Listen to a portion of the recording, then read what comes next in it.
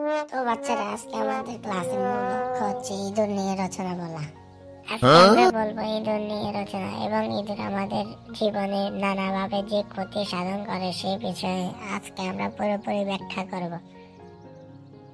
জি sir, প্রথমে একটা কথা না বললে নয়, ইঁদুর আমাদের জীবনে কতটা গুরুত্বপূর্ণ ভূমিকা পালন করে সেটা বললে আপনি হয়তো মাথা ঠিক রাখতে পারবেন না।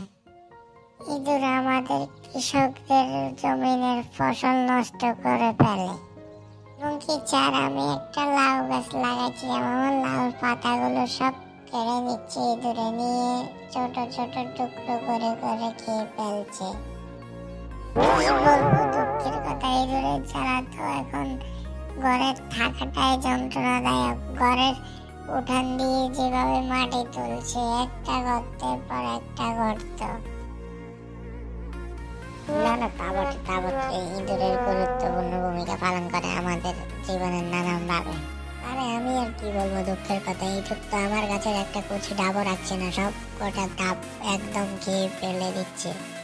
আর ইঁদুর কিন্তু আমাদের আবার বিশেষ উপকারেও কাজে লাগছে, শুধু যে অপচয় করছে তা কিন্তু নয়। ইঁদুরের কারণে আমাদের বাড়ির আশেপাশে কিন্তু অনেক পোকামাকড় মারা যাচ্ছে, ইঁদুর তাদেরকে ধরে খেয়ে ফেলছে।